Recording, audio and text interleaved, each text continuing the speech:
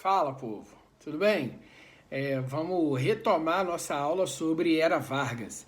Nós vimos na nossa última videoaula sobre Getúlio Vargas, né, e sua ascensão ao governo com o golpe de 30. Também analisamos a primeira fase, que é o governo provisório e suas reformas. E por último, nós também vimos o período democrático e os partidos políticos, como a ANL e a IB. Tá? E as características de cada um. O que interessa para a gente neste momento é o nascimento do Estado Novo, a nossa última fase. Vamos relembrar um pouquinho sobre isso para a gente continuar. Né? Como o filósofo Lenin fala, né? Um passo para trás para seguir 2 passos para frente. O que nós vimos? Em que o Getúlio Vargas, percebendo uma perda de poder político, né, através do controle da ANL, Aliança Nacional Libertadora, que era um partido comunista, ele criou a Lei de Segurança Nacional, colocando na ilegalidade a ANL, beleza? Então, neste momento, era proibido por lei a ANL. Os comunistas ficaram bolados com isso e planejaram um golpe. Vamos retirar Getúlio Vargas do poder e vamos instaurar o comunismo no Brasil. A famosa intentona comunista, em 1937. Só que foi um fracasso total a intentona comunista. Por qual motivo? 2, para ser mais exato. Primeiro, espiões de Vargas. Getúlio Vargas tinha espiões dentro da Aliança Nacional Libertadora. Isso leva um rápido contra-ataque governamental para evitar esse golpe. O segundo motivo do fracasso foi a desorganização dos comunistas, beleza? Os comunistas, eles não se organizaram, não planejaram bem, né, de forma eficaz essa tentativa de golpe. Então, por exemplo, quando chegou no dia e hora marcada, só Natal, Recife, beleza? E o Rio de Janeiro que se revoltaram. Tá? E um foi de manhã, o outro foi à tarde, nem no mesmo horário eles se organizaram, beleza? E isso daí facilitou Getúlio Vargas em abafar o movimento. Então não entre nessa vibe de que os comunistas eles tiveram grandes ameaças, eles tiveram grandes chances de subir ao governo. Isso é caô, não existe. Tá? Então eu já estou dando aí um exemplo, tá, da história brasileira em relação ao comunismo. Beleza? Eles não, em momento algum, eles tiveram chance de subir ao governo, porque eles eram desorganizados. Tá? Então vamos seguir a nossa linha aí, que não interessa isso agora. O que interessa é a Era Vargas. Tá? E Getúlio Vargas aproveita a intentona comunista, beleza? E a ação integralista brasileira também. Então, os integralistas, através do Capitão Mourão, ele criou uma fake news. A fake news não é coisa de hoje. Tá? A diferença é que nós temos a internet, que isso daí espalha igual fogo em palha. Mas o Capitão Mourão criou uma fake news, que é o Plano Cohen. O Plano Cohen nada mais é do que o que ia acontecer com o Brasil caso os comunistas subissem ao poder.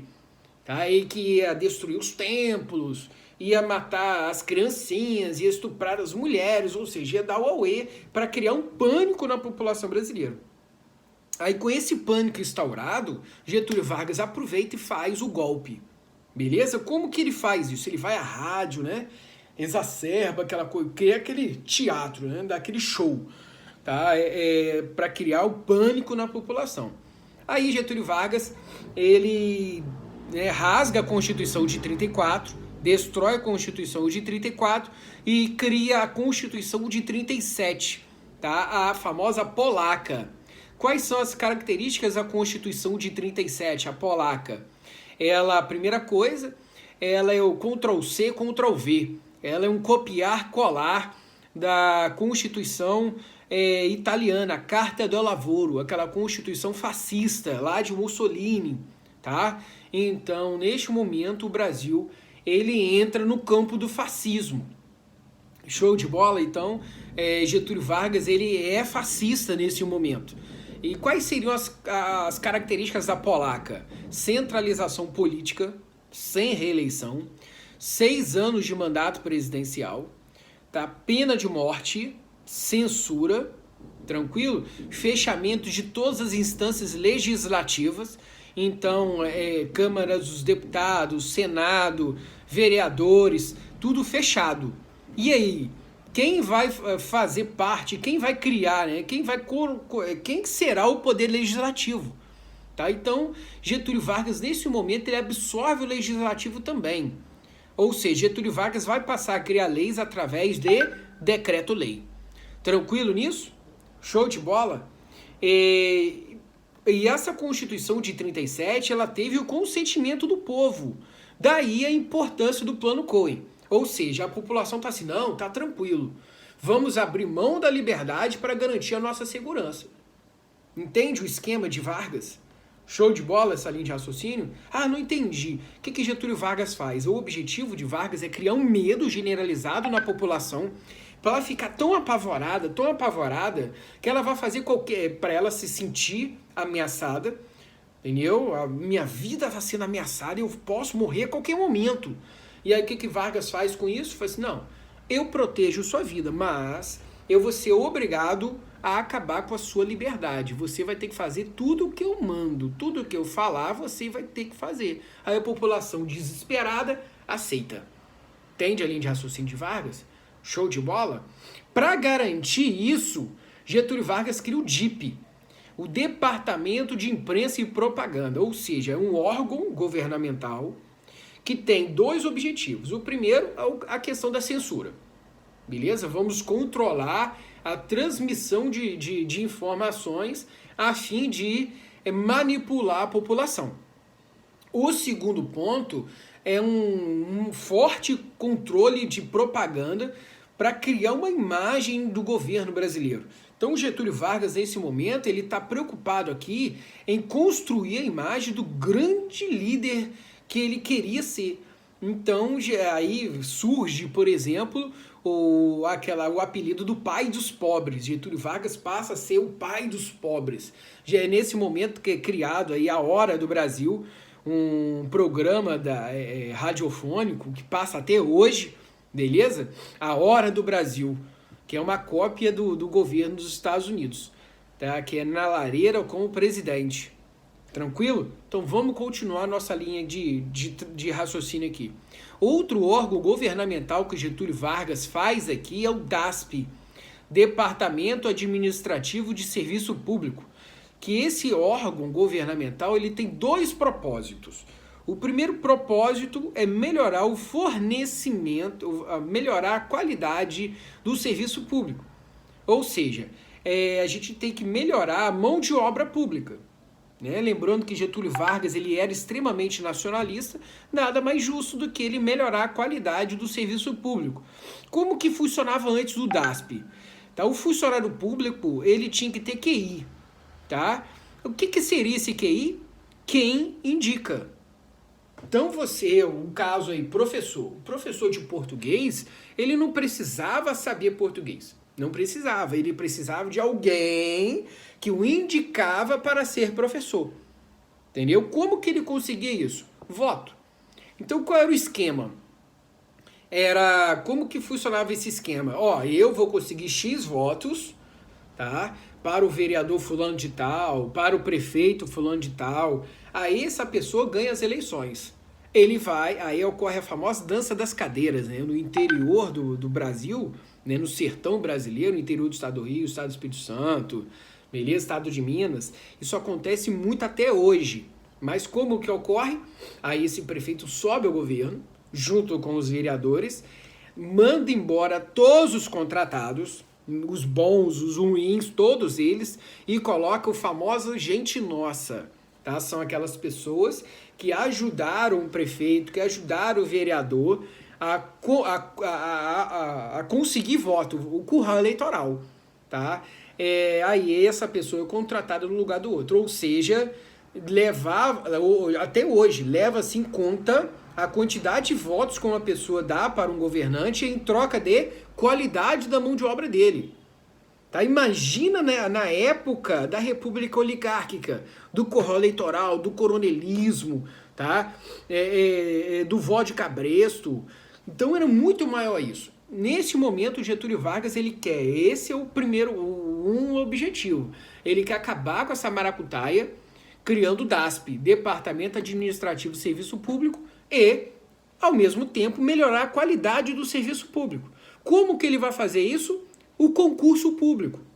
Tá? O DASP, ele traz o concurso público. Ou seja, o funcionário público deve fazer uma prova. Se ele passar nessa prova, ele é apto a trabalhar no serviço público. Então imagina só, né, o delegado, ele tem que passar na prova. O juiz, ele tem que passar na prova. O professor, ele tem que passar na prova. Entendeu? Isso é criação de Vargas. Aí é muito importante de falar sobre isso no DASP, pois imagina só se do nada os concursos públicos acabarem. Será que o funcionário público vai melhorar o fornecimento do serviço público para a população? Será que o funcionário público é vagabundo, conforme a gente ouve por aí? Será? Ou será, né, para isso que serve a história? Vamos olhar na época, vamos olhar na história brasileira como que era a vida, tá, do brasileiro, do serviço público brasileiro antes do concurso público. Como que era? Antes do concurso público, o professor de história não precisava saber história para ser professor de história. O promotor não precisava saber de direito para ser promotor. O juiz não precisava saber de direito para ser juiz. O médico do postinho de saúde não precisava saber de medicina para ser médico do postinho de saúde. O que ele precisava? De QI. Simples. Entende por que nós ouvimos hoje vários políticos criticando o serviço público? Por quê? O político chega lá, o vereador fulano de tal, chega lá e fala assim, ô professor, fulano de tal tem que passar de ano, professor. Então você tem que dar nota para ele. Ó, professor, mas eu não dou nota para ninguém não. Eu só corrijo prova. Só isso. Vai mandar o professor embora? O professor é concursado? Ele não pode fazer isso. Agora tira o concurso dele. Tira a estabilidade empregatícia. Você acha que Não, professor, eles não vão fazer isso. Não. Você tem certeza disso? Vamos continuar a nossa linha de raciocínio. Tá? Outra coisa que Getúlio Vargas faz aqui, ele cria o sistema do peleguismo. Peleguismo? Que desgraça é isso? Porra, simples, meu irmão. O peleguismo, ele vem de pelego. Daí, né, não sei se vocês já ouviram falar nessa expressão. Chegar, pô, ô professor, o Matheus, né, ele é pelego. Pelego é puxa-saco, beleza? É capacho, tá? O pelego, ele é gaúcho, Getúlio Vargas era gaúcho, é uma expressão gaúcha. O pelego é aquela manta que coloca nas costas do cavalo pro boiadeiro, né? Colocar a sela em cima. Então é um pano que coloca no lombo do cavalo para proteger o cavalo da sela, beleza? Então, daí veio essa expressão, tá? A peleja, tá? Aí vem essa expressão peleguismo. O que seria isso? E eu falei com vocês que nesse momento o Getúlio Vargas quer controlar tudo. Tranquilo? Então, através da Constituição de 37, ele passa a ter um grande controle. Ele cria lei, meu irmão. Aí o que ele faz aqui agora? Ele cria uma série de leis para controlar o trabalhador brasileiro agora. Como que ele faz isso? Primeira malandragem dele, ele cria o imposto sindical. Que desgraça é isso? Todo trabalhador brasileiro, tá, sindicalizado, deve pagar um imposto uma vez ao ano de cerca de 30% do seu salário, tá? Coisa pra caramba, para o sindicato. Aí o sindicato, vou me dar bem, beleza? Vou me dar bem. Então aí ele dá aquela carcada no trabalhador brasileiro para beneficiar o sindicato. Aí o passo seguinte dele, ele tira o controle do sindicato. Quem passa a escolher o presidente do sindicato é o próprio Getúlio Vargas.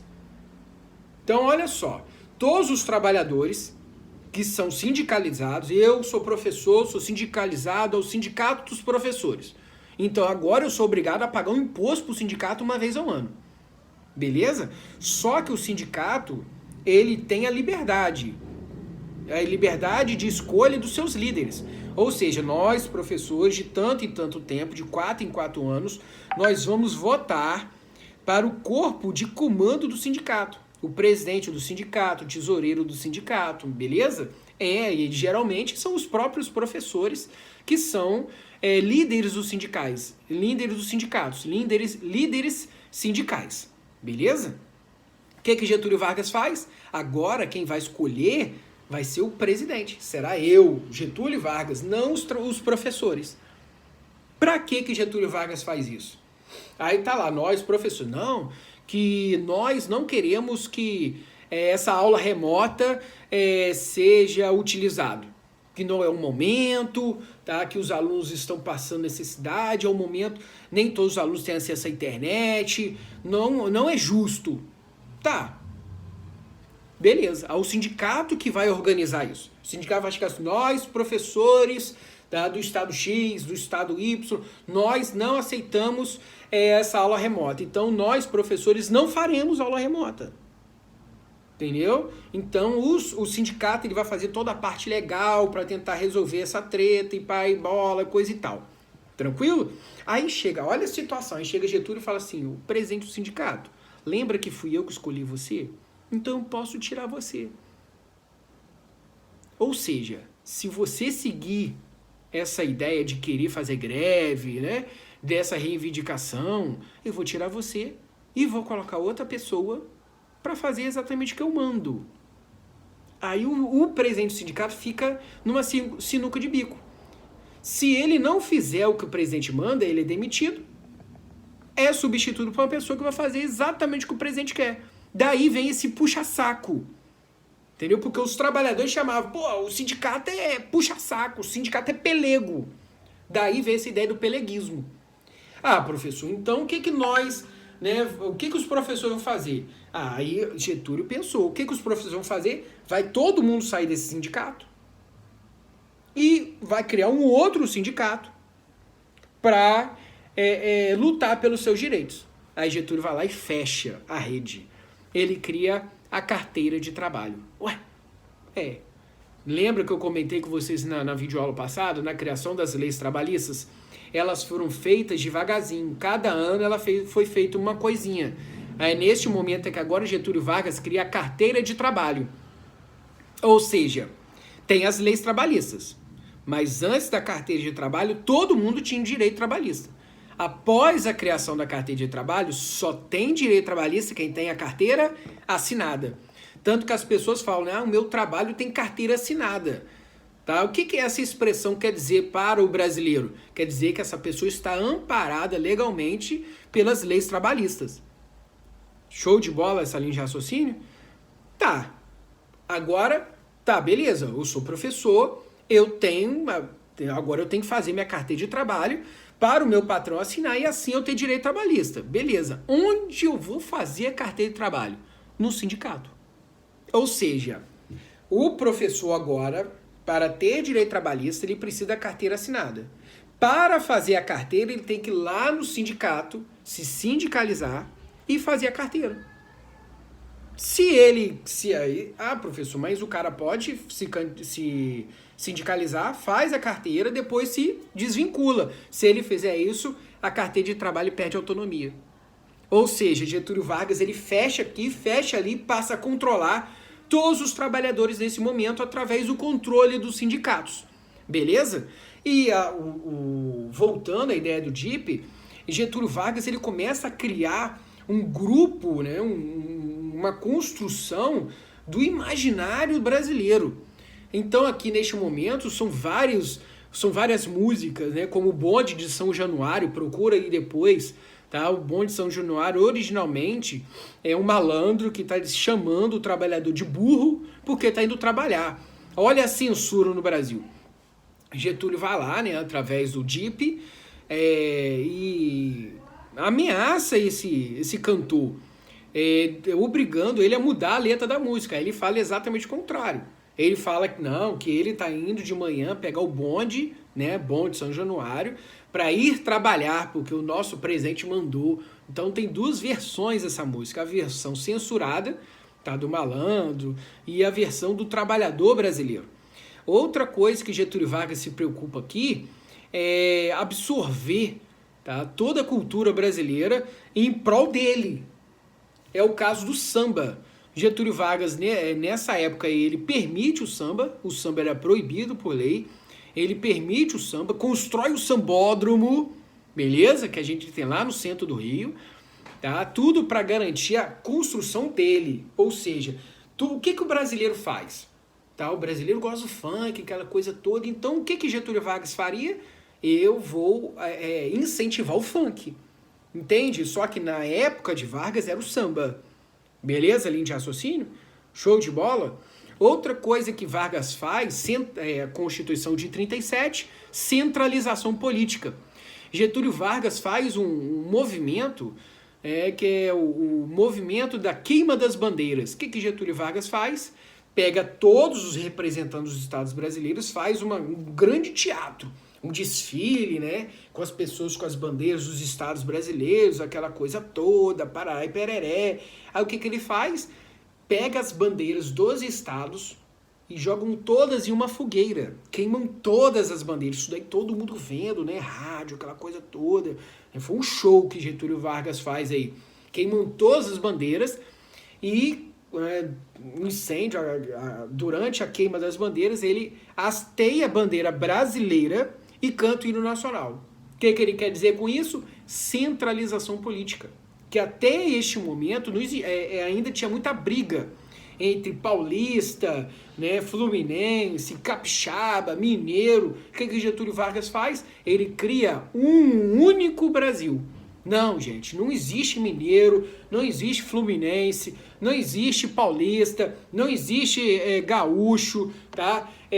Não existe matogrossense, não existe isso. Existe brasileiro. A centralização política de Vargas. Tranquila essa linha de raciocínio, gente? Show de bola? Então, pau no burro. Vamos continuar. No plano econômico, Getúlio Vargas continua, desde 30, aquela luta para alcançar a industrialização. Agora ele reforça o nacionalismo, criando o ultranacionalismo, tá? E aumenta o protecionismo aqui no Brasil. Tranquilo? Tudo para alcançar essa industrialização. Mas ele só consegue alcançar essa industrialização com a Segunda Guerra Mundial. O que está acontecendo lá na Europa? Né? A guerra estancando entre o eixo e os aliados, e Getúlio Vargas era fascista, ou seja, os aliados aí se aproximando de Getúlio Vargas, tá? Getúlio Vargas aproveita desse conflito para tentar aí ganhar um trocado. Getúlio Vargas começa, então, neste momento, um acordo diplomático. Eu preciso de indústria. Quem vai me ajudar? A Alemanha oferece apoio para a industrialização. Os Estados Unidos não quer perder. Oferece apoio, então fica. Quem dá mais virou um leilão. Beleza? Aí os Estados Unidos fica à frente. A Alemanha boladaça com isso. Vai lá e bombardeia navios mercantes brasileiros. Aí Getúlio fecha de vez com os Estados Unidos. Beleza? E o Brasil entra na Segunda Guerra Mundial. Antes da gente continuar a Segunda Guerra Mundial, vamos continuar falando sobre as indústrias. Aí os Estados Unidos vai então e constrói, investe pesadamente na construção de indústrias siderúrgicas aqui no Brasil, indústria de base. Tá? Relembrando, indústria divididas em 3 fases: indústria de base, indústria de transformação, indústria de bens de consumo, durável ou não durável. Tá? Então aí Getúlio Vargas ele ganha como presente dos Estados Unidos indústria de base. E quais seriam essas indústrias? Ele ganha, né, a indústria que nós chamamos de a Companhia Siderúrgica Nacional, a CSN, tá? A Companhia Vale do Rio Doce, aquela lá da queda da barreira lá em Brumadinho, tá ligado? A destruição daquelas barreiras, a Vale. Mas antes das pessoas, tá vendo, professor? Tem que privatizar tudo, porque se o público é tudo bagunçado. Hoje ela é privada, beleza? Ou seja, na questão de Brumadinho ela já era privada. Então muita calma nessa hora na gente acusar as coisas, tá? É melhor a gente estudar um pouquinho antes dessas paradas, beleza? Então voltando aqui, ó, a Vale do Rio Doce, ela junto com a CSN, elas são indústrias de base. Relembrando aí, dando de professor de geografia, indústria de base pega o material bruto e transforma aí uma base para a indústria. No caso, ele pega a pedra, beleza? Extrai o ferro dela para fazer a barra de ferro. Essa barra de ferro vai para a indústria de transformação. Aí vai pegar essa barra de ferro e vai transformar em, sei lá, carro, geladeira, essas bruxarias todas aí. Beleza? Tranquilo? Além disso, o Brasil constrói a Companhia Álcalis. Tá? A Companhia Álcalis é uma indústria para extração de sal e seus derivados. E a Companhia Hidrelétrica do Rio São Francisco. A Companhia Hidrelétrica do São Francisco. Beleza? Ou seja, Getúlio Vargas ele consegue a industrialização tão sonhada por parte de grande parte da população brasileira. Beleza? E outra coisa é uma certa treta que ficava, né? As pessoas, e aí, o Brasil tem petróleo, não tem petróleo? E aí? Né? Vários representantes da Standard Oil, que é uma representante americana, ela vem aqui para o Brasil para pesquisar a fim de saber se o Brasil tem ou não petróleo. Se tiver petróleo, vamos colocar a refinaria aqui, pau no burro. Getúlio Vargas e sua política nacionalista acham isso um absurdo. E o que ele faz? Ele funda o Conselho Nacional do Petróleo. Tá? É um órgão para procurar, para investigar o Brasil, para saber se tem petróleo ou não. Se tiver petróleo, beleza. Se não tiver, fazer o quê? Mas o objetivo de Vargas aqui vamos procurar petróleo aqui neste momento. Vai achar? Vai achar. Tá? E o que Getúlio vai fazer aqui? Aí que é o interessante. Matéria de vestibular. O Conselho Nacional do Petróleo vai evoluir para a Petrobras. Mas não é Petrobras ainda. Beleza? Aí que mora o perigo. Porque no vestibular o cara chega lá e fala assim: Getúlio Vargas criou a Petrobras? Sim, criou a Petrobras. Aí o cara vai lá e fala: durante o Estado Novo. Não, senhor. No Estado Novo, conforme a gente está vendo aí, foi criado o Conselho Nacional do Petróleo. Não cai nessa pegadinha que vagabundo lá do vestibular, ele quer te sacanear. Tá? E ele vai fazer isso. Então não confundam, beleza? Tranquilo? Então o Conselho Nacional do Petróleo foi criado durante a Era Vargas. Beleza? Vai achar petróleo? Vai. Beleza? Vai achar.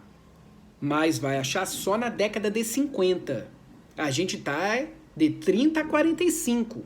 Quando achar petróleo, que coincidentemente Getúlio tá no governo de novo, beleza? Aí o Conselho Nacional do Petróleo vira Petrobras. Tá? Aí a Petrobras foi criada no governo Vargas. Beleza? Que é de 50 a 54. Tranquilo? Era Vargas 30 a 45. Então, estamos trabalhando agora. Governo Vargas é 50 a 54. Beleza? Era Vargas, Conselho Nacional do Petróleo. Governo Vargas, Petrobras. Vagabundo vai sacanear sim. Beleza? Não dá mole pro perigo. Show de bola? Conselho Nacional do Petróleo era Vargas. Petrobras, Governo Vargas. Beleza? Não confundam lá com CRA. Show? Então, Getúlio cria o Conselho Nacional do Petróleo aí com o objetivo de procurar petróleo. Tá? Show? Agora vamos continuar com a matéria aí e a Segunda Guerra Mundial. Aí o Brasil entra na Segunda Guerra Mundial do lado dos Estados Unidos.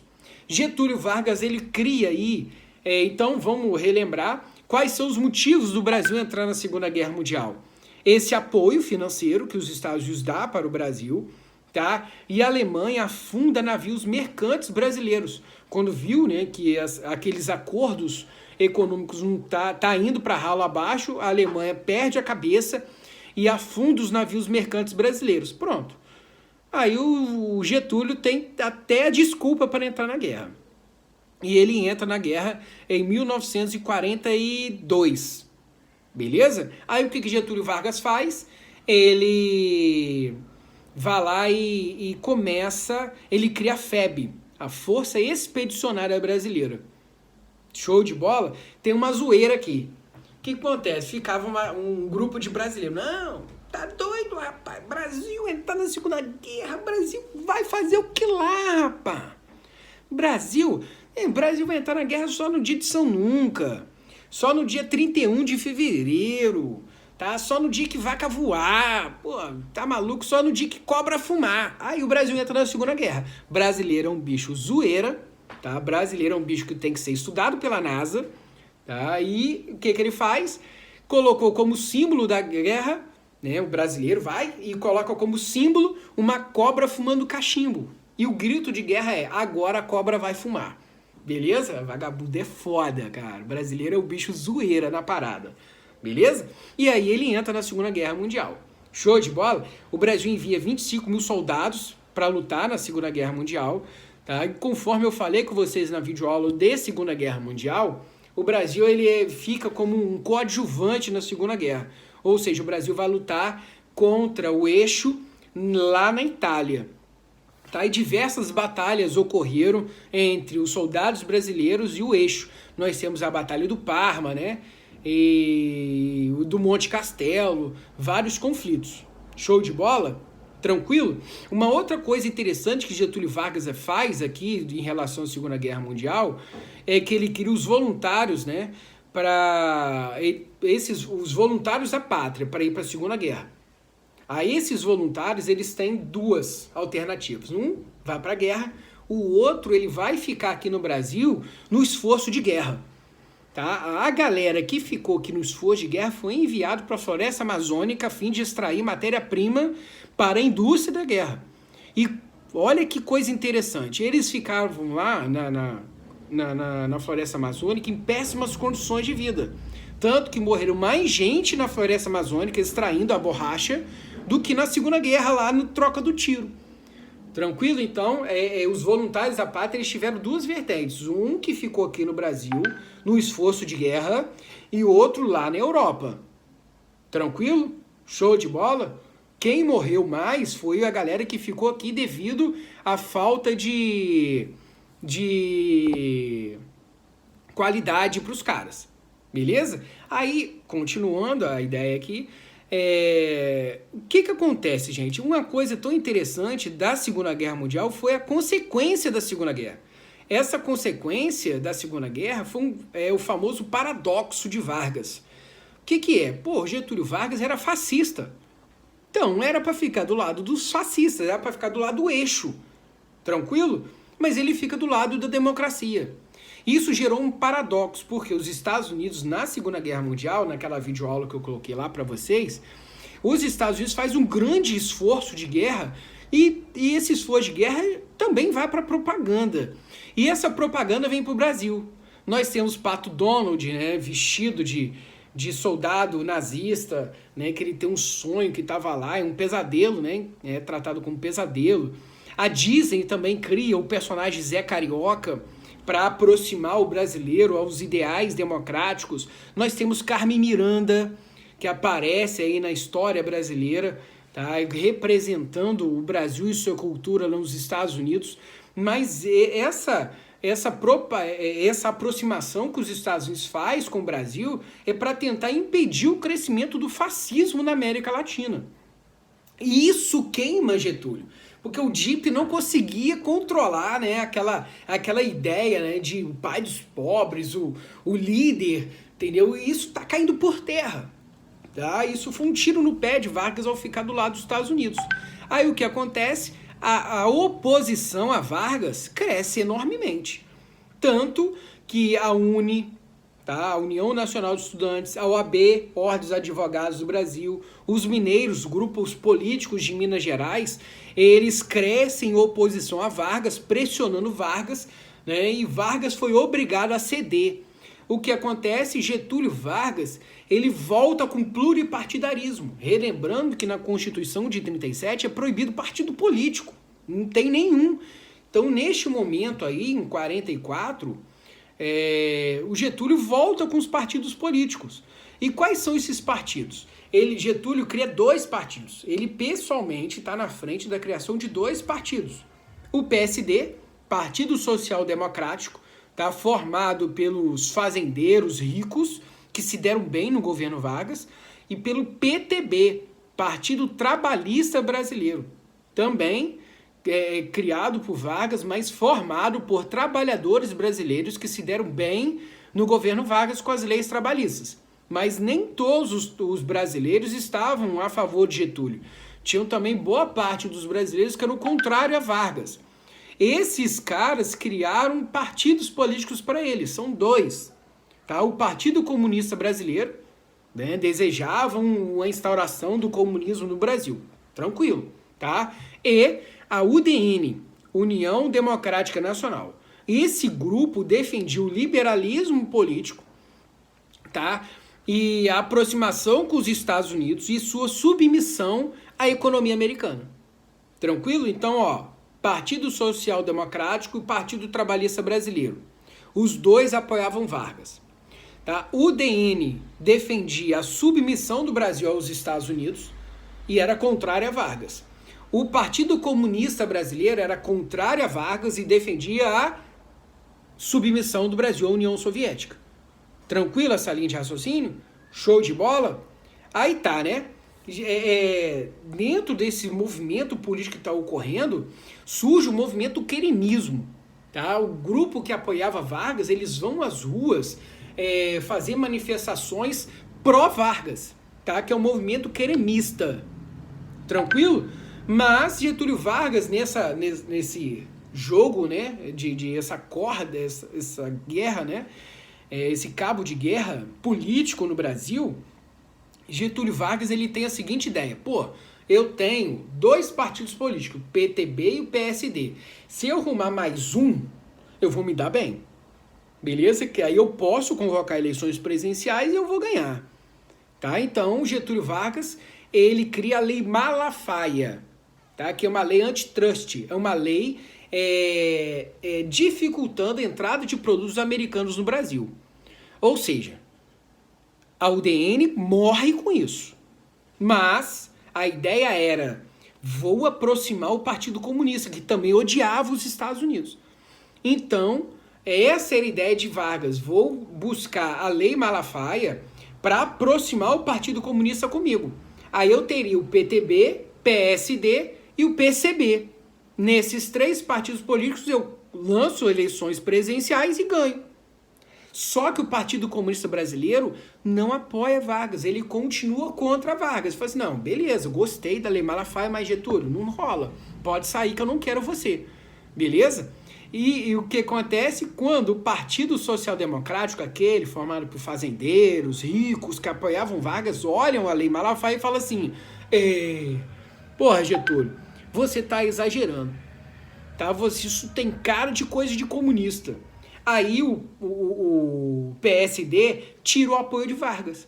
Ou seja, ele faz a Lei Malafaia para aumentar o poder dele, mas acabou diminuindo o poder dele.